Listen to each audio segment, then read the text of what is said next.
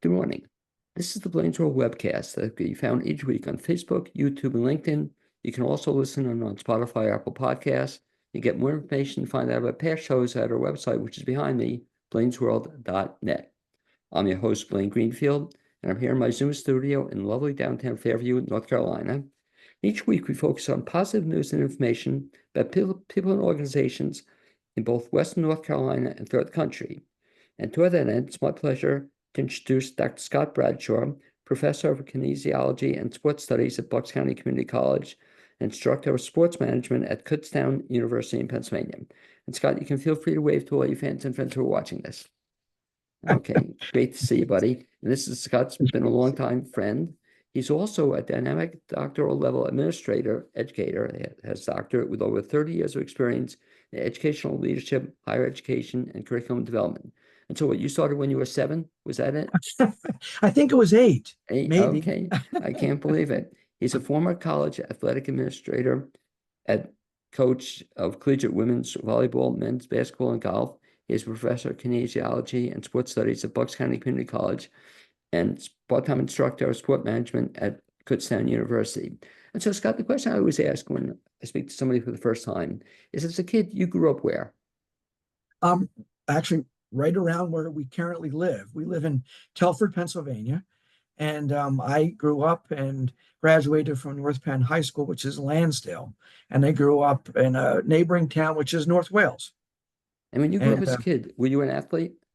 I played soccer in the middle school, and then in high school, I did soccer and cross country, believe it or not, and track and field. Um, Kind of an interesting story. I was started out and I was excited about soccer, thrilled about it. I still love it, but my soccer coach in high school said, "I'm not going to announce who is going to be my starters. It'll be totally up to performance." So I really worked hard, and then I found out that when he announced the starters, he had already had his team picked. So it didn't really matter how hard I tried. So my cross country coach came over to me and he goes, "Hey, you seem pretty fast. Would you want to come out for the team?" I said, "Sure." And I instantly became a star. And then At, I ran at cross country. cross country and track. I remember my first time trial for the mile was done on a parking lot at North Penn High School because the track was completely covered with snow. And my first mile ever, I ran a 5:16 mile. And my coach was like, "That's pretty good. That's your first mile ever." I said, "Yeah, first mile ever." So I became a 2-mile runner in high school, and then I went on to run cross country and track and field in college at Millersville University. Now, did you ever beat that time, the 5:6? What was your best time for a mile? In high school, 4:50, and my best 2-mile time was 9:50, and good enough to get Millersville to look at me. And my best mile time in college was 4:29, so I got a Okay. little bit better. And but I was more of a steeplechaser, so that was on like the Right. track. You have those barriers and the water jump that you had to get over. So I was I was a better steeplechaser than I was a miler. So Do you still run? I can only when it's raining and really fast into a building. No, Uh, I can run. I can run. I still enjoy playing tennis, a lot of tennis, and of course I got into golf as the coach at Bucks. Well, it's interesting though, is sort of when we read your background. So you never coached cross country, is that correct? I did a little bit. I did it at for a brief stint at Gwen Mercy College, Yeah. and I was there. My sister was the coach, and she kind of needed an assistant coach, and I kind of jumped in there. But that was about it. What's your favorite sport to coach? Do you have a Gosh, favorite? I would probably have to say since I was the golf coach at Bucks for 20 years, I would say golf. I really just have a passion and love for it. And what was interesting, and this is what made Bucks so great, is I got a chance to coach something that I had never played before. Um, and I just had a passion for it. And they were in need of a coach after the previous coach had retired, and that was Wayne Sure. Hughes, and heck of a good coach. And well, I'll never forget. Wayne was going to be stepping down, and he said to me, he goes, I'm stepping down. I'm going to retire. Would you want to be the next golf coach? And I said, Wayne, I've never coached before. He goes, it doesn't matter. He goes, I'll teach you everything that you need to know. And he did. He took me under his wing, and I went to golf course with him, and he saw that I could swing a club. And he said, you know what? It's not so much about strategy with, swing mechanics. It's really much more about helping them to manage the course. And he was great. And I just love golf, love it so much. Well, until then, you said you hadn't played golf or you had played not Oh, that I much? had just, personally going out with friends and, you know, just recreational player at best. But of course, when he needed me to kind of follow in the footsteps, I really felt like I learned it by practicing, not only with him, but as the golf coach, you got a chance to practice a lot. So I became really good. Well, also at one time, right, we had golf. You played in 2 seasons. You played in fall and spring. Fall and spring, correct. Boy, I remember that. So those were the heydays of golf at Two Bucks. different leagues, right? We were in the Eastern Pennsylvania Collegiate Conference in the fall, and the National Junior College Athletic Association in the spring. So it was like the best of both worlds. We played all the golf courses kind of like around Bucks, Harrisburg Area Community College, and Delaware's course, and Lehigh Carbons. And then in the spring, we went over to the Jersey side. It was great. It was wonderful. And so when you were playing, the players, you usually had the same players on both seasons, fall and spring? Typically, and that's what made it unique is many of the Jersey schools that were in the NJCAA, they didn't have a fall season, so they just picked it up like they started playing in March when it got warmer. But because we had a fall season, the kids really got a chance to become very good. And they're honestly, in 20 years of coaching, I think we didn't go to the national championship like once. I believe it was 19 seasons of going. So Pretty cool. And you actually won a national championship one we year? won a national championship. That was through Wayne. That was Wayne actually that won the national championship Yeah. in 1999. I won two regional championships. We were two state runner-ups. Um, and again, we had, I had two national All-Americans. That was John Bulliga. And if you're listening to this, you're a heck of a player. Okay. Um, and it was just so much fun. It was so much fun. It really was. And I miss it every day. I really do. So from the coaching, Scott, you always amaze me that in your spare time, you were coaching, you were an administrator at Bucks, you were Right. also somehow you managed to also be going for your doctorate too, that you were going to Correct. school during Right. that time. And so your doctorate was in what?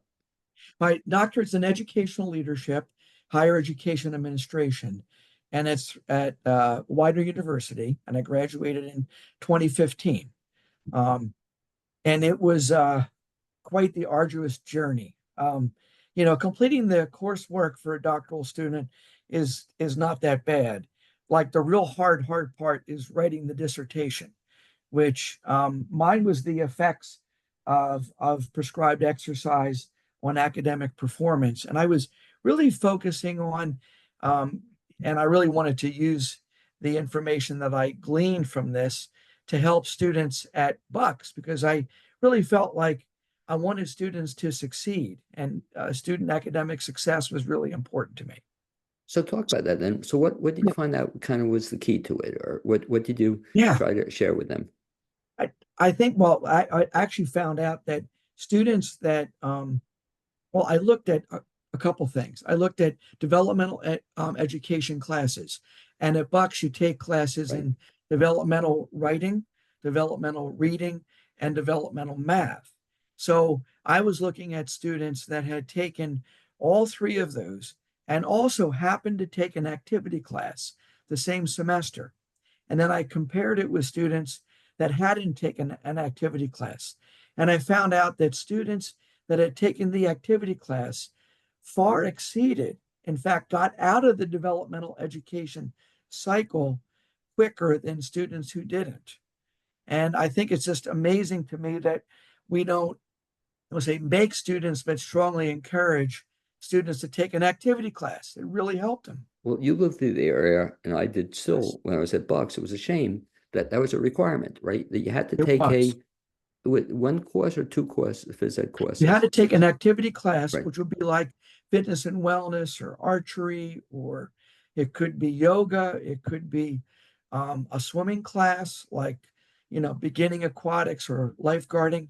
And you also had to take a lecture Right. class, I remember. Yeah. nutrition or health, or like responding to emergencies or something like that.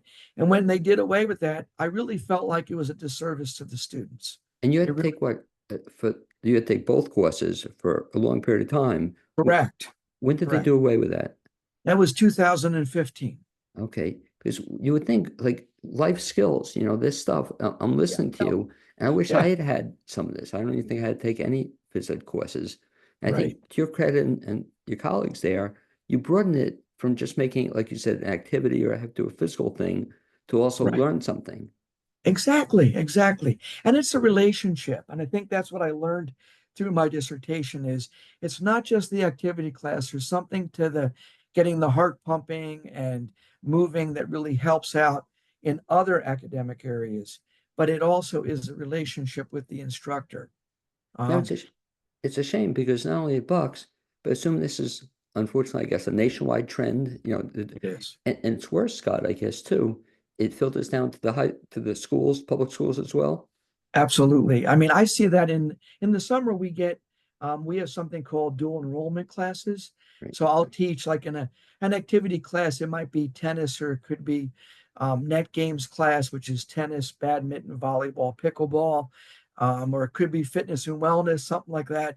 Um, but I predominantly teach high school students, and so I get a chance to. I always ask students questions. What's your hopes and dreams? Where do you want to transfer to? Things like that. But we get a lot of students from Council Rock North, and I'm always amazed at the fact that these high school kids are just not in really good shape. So I'm going to be 63 in January, and I always say to them, if you can, for my tennis class, if you can beat me in a set of tennis, I'll give you an A for the final. You won't have to even take the tennis final. Uh, and I've had over 20, this will be my 26 years. So I've had over 26 years, I've had two students Really? that have Oh, actually beat me. And both of them were tennis players. They were yeah. on a tennis team. Um, one was the number one player at Council Rock North. He was pretty good. He beat me 6 games to 4. I got four games off of him. Another kid was, I think, second or third singles, and he beat me 6-4. And I was okay with that because they were really good players. Right.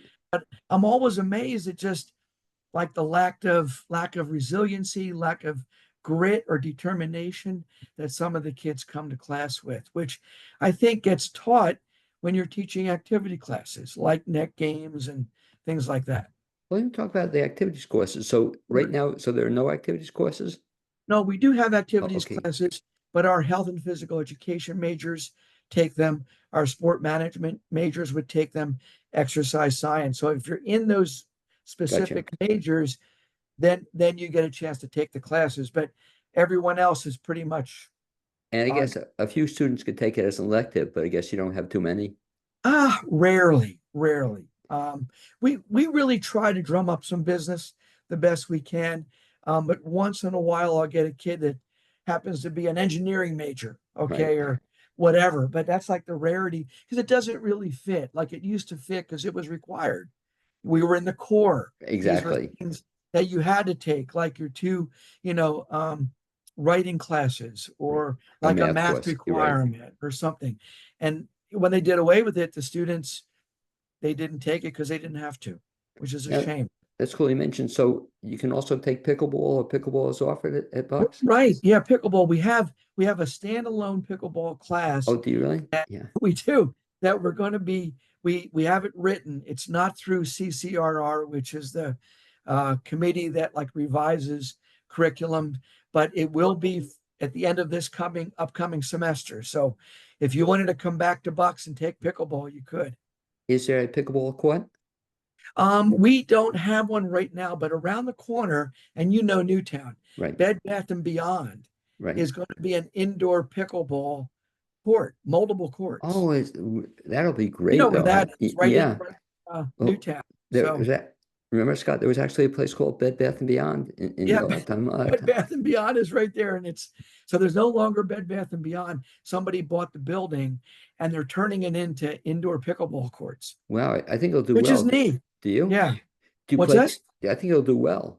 Oh, I love pickleball is so much fun.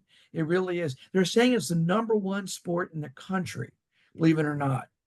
And it's a lot of fun. You get a great workout. The court's a little shorter, and you can do doubles, you can do singles.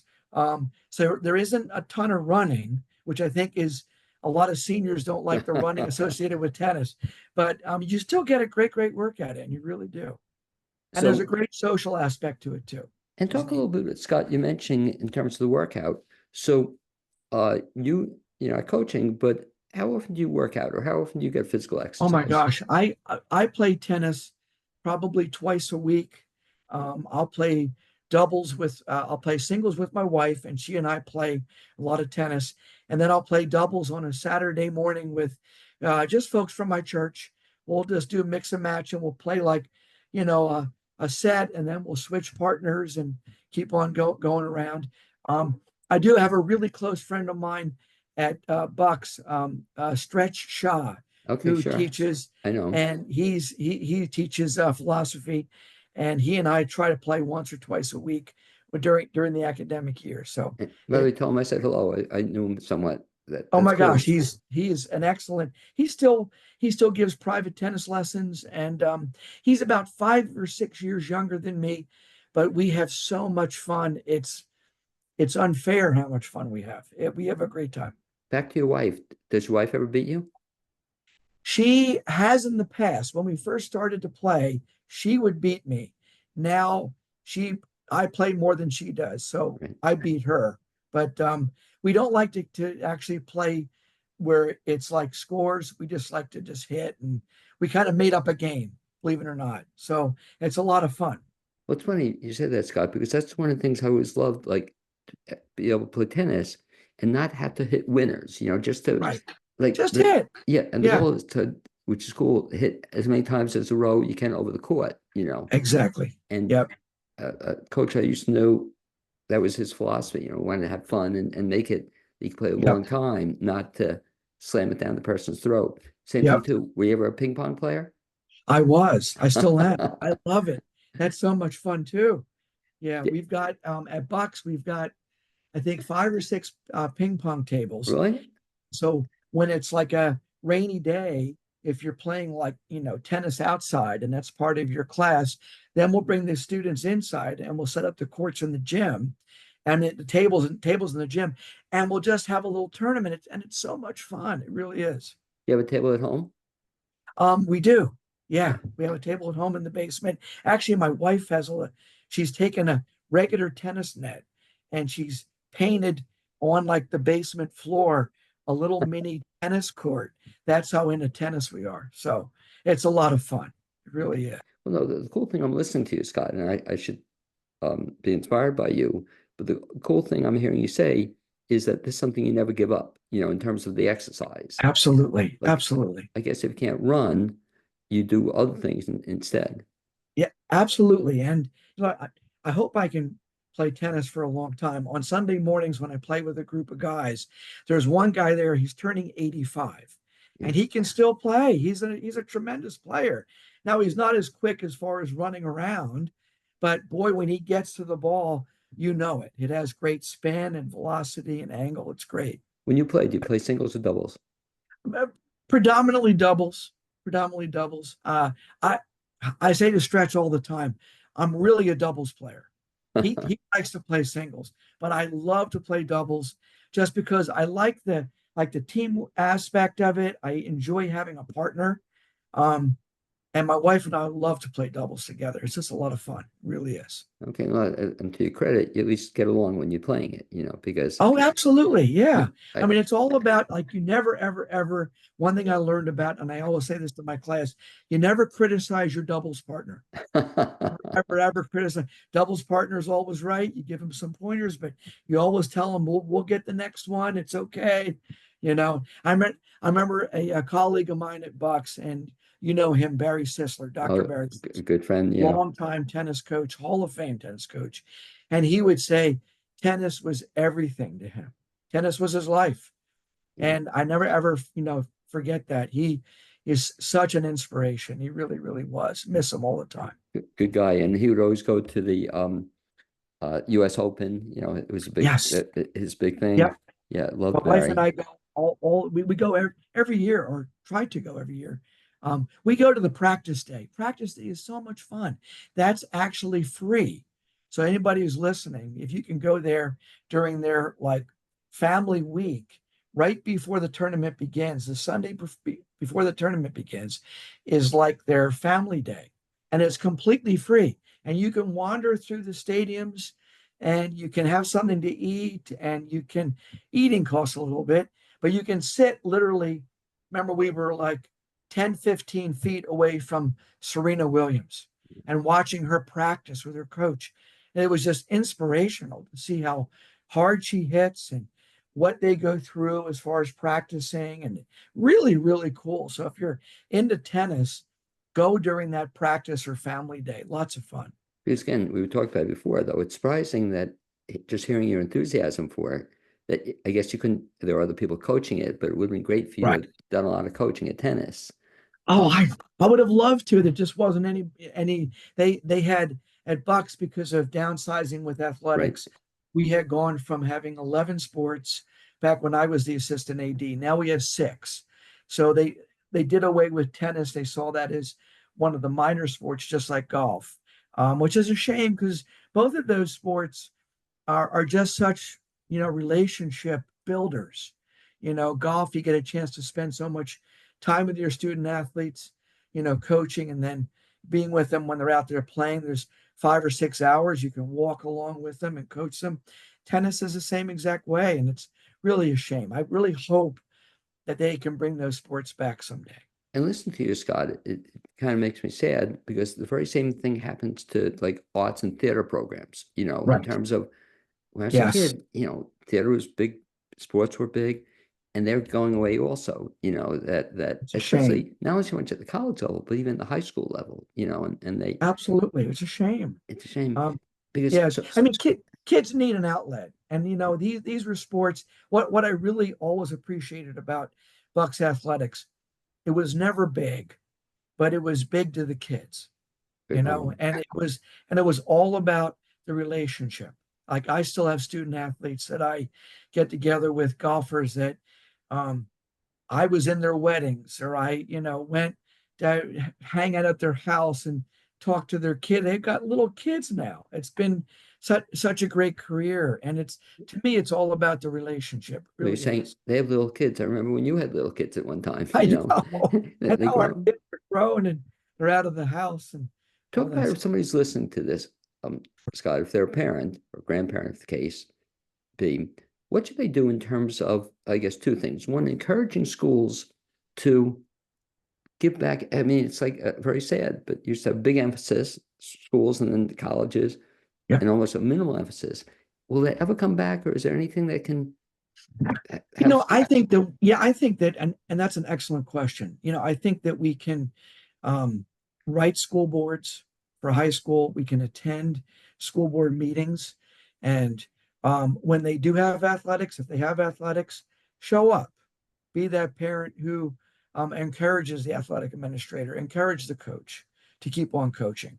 I think with colleges, we can write, we can talk to the board of trustees, we can show up for those trustee meetings, that happen once a month. Um, and just encourage them that it's not just about giving the kid an opportunity to play. It's giving the kid an opportunity to grow as a person. Because sometimes, and I've said this to my student athletes, you may not, when you transfer necessarily to Temple or some other place, you may not play that sport. This might be the last chance that you have to play it as a member of a team. And that's what makes it so incredibly valuable, that they um, encourage athletics to be in the high schools, encourage arts to be in the high school, encourage the music programs to Right. continue. Just like you said, we used to have, some of those things at Bucks, and we don't have them there either. So it's not just athletics; it's other things as well. Refresh my memory. When I went to undergraduate at Rider University, they Sure. also had great intramural programs. Yes. And I used to be, I loved it, Scott. I was the commissioner of the intramural league. It's just so Oh, much that's so fun. cool. But Yeah.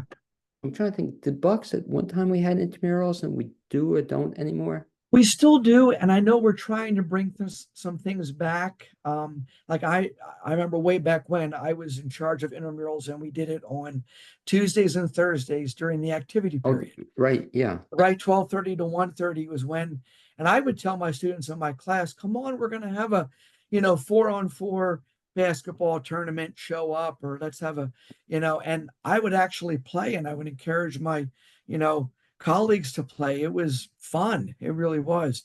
Um, they're trying to bring it back. And I think to their credit, they're really working hard at doing it. It's hard. It just is hard. It really is. And you mentioned a really good piece of advice if anybody's listening, if their parent, grandparent, or student athlete, whatever, is to get involved. And Get I involved. Yeah. just, I know you probably know it already, but a good friend of mine now is on the board at Bucks. So I'll have to speak to him. Yes. John Murray. Do you know Yes, John? I know John. And did you Yes. know he was just appointed on to the board? I'm so happy about that because Yeah, he it's understands Bucks really well. right. Such a good guy. So I'm so excited at. But you raise a really good point. If people want to see change, they have to work toward the change. Yes, Let me even exactly. ask you this, Scott. You Sure. mentioned it too. Parents' role in terms of encouraging their kids, not only encouraging kids, but actually come out to the games and events or stuff. Um, it's good, but I guess some parents go overboard though, Yes, they do. especially my Yeah, son-in-law's father went overboard, my brother went overboard in terms of coming out to events. And they passed, right. at least in New Jersey, they passed a law. You had to have one parent take a course. Do they still, have you ever heard of that? Where you have to I, take a course I, in parental management. I haven't heard that, but I think it's certainly necessary for some parents. Um, I think it's a shame when the parents have to get that involved where they become the coach. It's like, let the coach coach, and let the kids play. Um, but I think that you're right. I think that we can almost like live vicariously through some of the kids, which is really a shame, Well, you were lucky, I guess, in golf. It was not that kind of parent Right. wouldn't shout and scream at. There was no refs to scream at.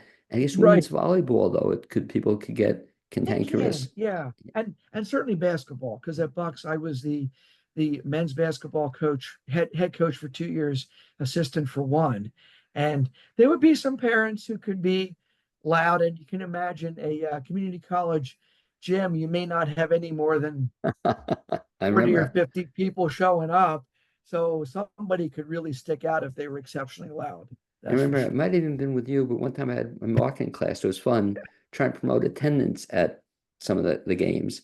And it was Yes, tough, sure. like you said, but people, unfortunately, and talk about that, Scott. It's a Yeah, shame sure. that they don't typically turn out in big numbers for events. Is that They true? don't. It's absolutely true.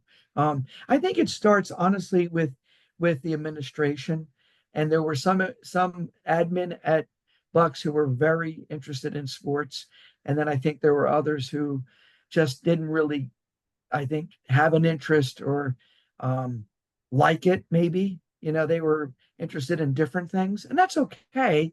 But I think, and maybe I'm just old school. I think if you're the president of a college, you need to attend those kind of things. You And know, you're saying I'm shaking my head, but I don't recall ever seeing the president at an event. You may have seen it. Did I you? I remember he came to a basketball game once, Okay. which I was very happy to see him there, and I thanked him. Um, but he came once and that was it. I just think it would be cool if you come a couple times, come not just to basketball because I begged you, but come out to the baseball game, come out to the women's volleyball game, come out to the golf match when it's home, come out to all the things, soccer games and all that kind of stuff. And one of the cool And not things, I just the guess, president, but everyone. I'm thinking well, provost, deans, faculty, all that kind of. I used to get a kick out of if one of my students was on a team, I would try to see them perform, which was always kind of, Absolutely, and it's just funny. absolutely. I'm so friendly with one guy, can you imagine 30 years ago, who was on soccer team, Yeah, and just have a call into him as we speak. But it's kind yeah, of fun to encourage them, but support them. absolutely. So I Yeah. was got excited when they did that. Another advantage you mentioned about the golf, I never thought, I don't know, I ever went to a golf match, but it's good exercise too if It's great you exercise. Oh my walk it. gosh. Yeah, typically you're walking between 5 and 6 miles, which is a lot. That's great. Well, talking on the college level, Sure. do they use carts? The coaches can, um, but typically the players can't unless they got a medical reason to do it. So, like for instance, there was a player on the Right. PGA Tour, and he had something, and I forget what it was, where he couldn't really walk more than maybe 50 feet. So he got used to he was able to use it. Or now on the Champions Tour, which is for players, professional athletes above 50, John Daly, who's Right. a pretty good golfer. Right. Um, he's able to take a cart because he has really bad knees, and he's going to have like knee surgery, so he's allowed to use a cart to get from hole to hole. But yeah, everyone else has to walk. And the guy you think about, I can't believe I remember the name. Casey Martin, was that the name of the guy? That's it. Yeah. Casey Martin, way to And go. but it was such a Good. radical thing that Yeah, he could play sports at the that's right. time. That they'd That's compete right. with golf. And why shouldn't you be able to, use the cart? I think it even had to go to, I don't want to say Supreme Court, but it went before some court, and they had to make a ruling on it, which I thought was things that are common, or common sense is not so common anymore. Well, So we're, you would we're, think, right? we're talking about it, and maybe I'll put you on the spot, but Sure, college athletics has changed. And I guess it one of has. the big changes, and I don't know if I have a definitive answer on it, in terms of allowing trans athletes to That's play. right. Has that ever Yeah, come up at Bucks? it hasn't come up at Bucks, but I think it's going to in the future because there are more trans students. So Right. why would there be more trans athletes? And it just makes sense. Well, but I guess the issue, and I guess at Bucks, you never had drug testing. Is that correct? No, no, you would only get drug tested if you go to a national tournament. Oh, is So if you that? go to a national tournament, then it would be random testing. So you wouldn't be like mandatory, but they might pull a certain student athlete aside and have them tested. But yeah, you only worry about it when you get to the highest level typically. Was that even in golf though, or it never came down to golf? It never came up in golf. Never Yeah. came up in golf. And that's been typically more of a New Jersey thing, believe it or not. New Jersey high school athletes are tested when they get to New Jersey state level, and when they move on from there. Pennsylvania hasn't, and it's just been a money issue because when you're talking testing that many student athletes, it really has to do with money. Now back to golf. I'm just trying to think out Sure. loud. Did you ever have Yeah. any women golfers? I never had any women golfers because, believe it or not, and this is sad, they would have to play from the men's tees Right. when you get to a tournament. So they had to, at some point in time, like decide, are they going to go and play at the women's national tournament, Right. or are they going to play at the men's tournament? If they're playing at the men's tournament, they'd have to play from the tees that the men are playing at. So women weren't interested in doing that, which is really a shame. Because women, I guess even in the high school level, there probably aren't a lot of women's golf teams. There aren't, which is really sad because there's some really good women players. I had a couple that would come out and like practice with the team, um, but we didn't have enough to make a separate women's team. So had enough to have a men's team, just not enough for a separate women's team. But which is a shame because I had some. They were really good players. I mean, they could really play. In fact, I've got one, Lauren Mulberger, who's now an assistant pro at Makefield Highlands Golf Course, and she's a spectacular athlete. And she could beat many of the guys on my team. She was very good. Scott, talk about one other thing you've been involved in too. So Sure. you were just telling me, I guess, as we speak, I guess you're finishing up a sabbatical. I am finishing up a sabbatical. And for the Yes. benefit of the folks who don't know what a sabbatical is, you could describe it. And I'd like to just talk a little bit about the cool thing you were doing this past sabbatical. Yeah, sure. I was, well, a sabbatical is a chance for you to do research, to do some travel that might be related to your major, to complete a doctoral degree. And the college gives you release time so you don't have to teach your classes. You spend that time doing the project that you are working on, whatever that might be. So mine was, I'm trying to get 2 year sport management students to get, I mean, programs to get accredited. And there's a national accreditation board called COSMA, Commission on Sport Management Accreditation. And currently they only accredit 4 year sport management programs, bachelor's, master's, and doctoral, but they don't accredit 2 year programs. So I was working with the executive director of COSMA, Heather Alderman, and we came up with a survey, and I sent it out to 67 community college sport management programs across the country and got back some results that are basically encouraging that 2 year schools would be interested in being accredited. They don't really know that much about it. So it's an educational piece that I hope that COSMA is going to pick up. But that was part of it. I also attended 2 different sport management seminars, one at Rider and one at Temple.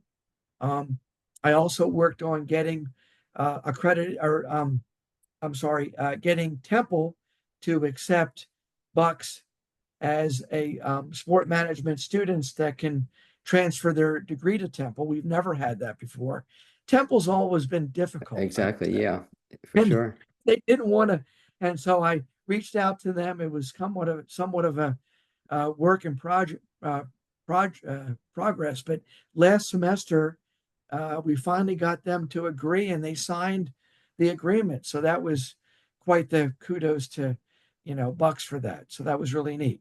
And I guess you probably looked at it, but the other accreditation thing I lived through when I was at Bucks, it was the same thing too. The 40 colleges had an accreditation program. Yes, The 2 years didn't, so they started an accreditation program. Did you look at that as well, or did you? I did. Yeah, I was, yeah, definitely looking to see that because they don't, Cosmo didn't really have a model. They were basically kind of putting the square peg in a round hole. They were kind of using what they're doing at 4 year schools or masters or doctoral, and they wanted to kind of make that fit for right. community college programs, and it doesn't really fit. It really doesn't. We don't have, again, we're a 62 credit program. We're transfer, all of our students transfer someplace. So it's been good trying to, or I should say, a work in progress, trying to get Cosman to understand what community college programs are because they really don't understand us. And you bring back memories because when you talk about number of credits, remember there was a time where there was something called electives, and there were a bunch of electives you could take, Exactly. and then a Exactly. shame, especially in your area, I imagine they kept reducing the number of electives you could They take, did. So They like you said, did. you mentioned so many good courses that'd be great for any student to take, Right, but exactly. they have no room in the program, But there's no room. And this kind of started with every program at Bucks, and I'm sure every program at community colleges across the country. They were looking at transferability. So where can students go Right. once they leave our campus? And I think that's where some of the elective courses, they were like, do we really need this course? Can't we fit it with another major course? And that was part of the deal where many programs like business, which you taught at Bucks, we're looking at, we want to be transferable to Temple. We want to be seen as being coveted by Temple. We want to teach more business classes than electives. Right. So, When not teaching and coaching, Scott, yeah, sure. and playing also as an athlete or impressed, what else do you like doing? Oh, well, I love hanging out with our grandkids. We have 6 grandchildren. and they're a lot of fun. Their ages from 7 is the oldest to our daughter Courtney just had a baby Olivia, and she's 2 weeks old.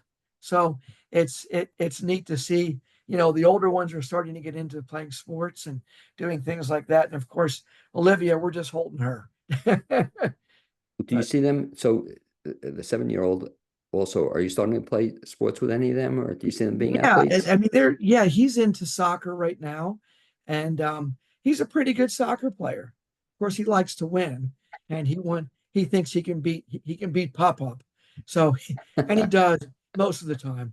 But I'm trying to get all the kids into tennis and golf because these are lifetime sports. Right.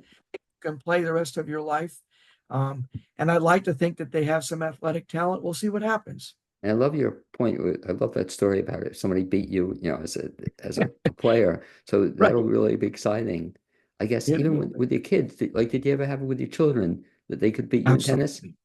Absolutely. Well, our son Zach, who's 26 now, Yeah. he can beat me in everything. There was a day he couldn't beat me in anything. Now he can beat me in tennis. He can beat me in golf. He Okay. can beat me in basketball.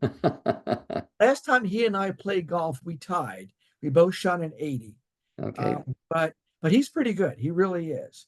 He's younger. He's more flexible. He's a heck of an athlete. He really And is. hey, boy, that's pretty cool for 80 for 9 holes. Damn, I'm Yeah. impressed, really good. Scott Yeah. Bradshaw, if anybody wants to get in touch with you to find out about some of the sports courses and Sure. sports offerings at Bucks County Community College, what's the best bet? Probably just email, and that's w.bradshaw@bucks.edu.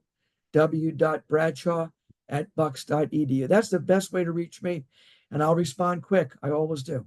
Okay, one of the things you'll always get a kick out of speaking with Scott, which I always did. This is a pleasure, Scott. It took us a long time to do this, but thank you, man. Blaine, thank you so much. Okay. It's been my honor. Okay, as I talk to you, hopefully we'll see you in October and November, buddy. That sounds great. Thanks Okay, again. thanks. Be well.